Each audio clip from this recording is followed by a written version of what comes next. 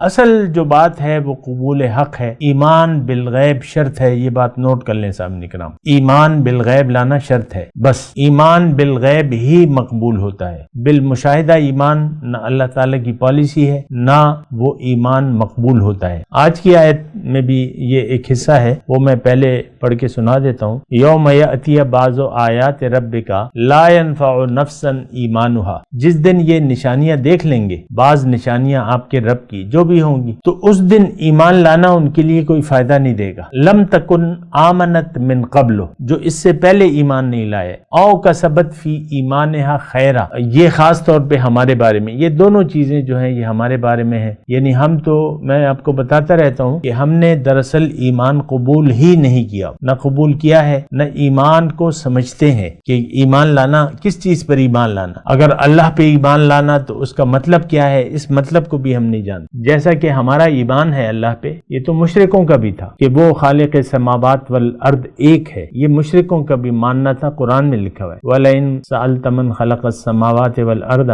لَيَقُولُنَّ اللَّهُ، کہ اگر آپ ان سے پوچھیں کہ یہ آسمان اور زمین کس نے پیدا کیے ہیں، وہ کہیں گے اللہ نے، اور مَن يَرْزُقُكُم مِّنَ السَّمَاوَاتِ وَالْأَرْضِ لَيَقُولُنَّ اللَّهُ، اگر آپ ان سے پوچھیں تمہیں رزق کون دیتا ہے، وہ کہیں گے اللہ دیتا ہے۔ تو ہمارے اور مشرکوں کے ایمان میں کوئی فرق نہیں ہے سامنے کرام۔ اصل جو ایمان ہے، جو جس پر ایمان لانا ہے، اس کو تو ہم سمجھے بھی نہیں ہیں اور نہ سمجھنے کے لیے تیار ہیں طرفہ تماشا، سمجھنے کے لیے تیار بھی نہیں ہے، اگر کوئی سمجھا بھی دے تو اس پر یقین کرنے کے لیے تیار نہیں۔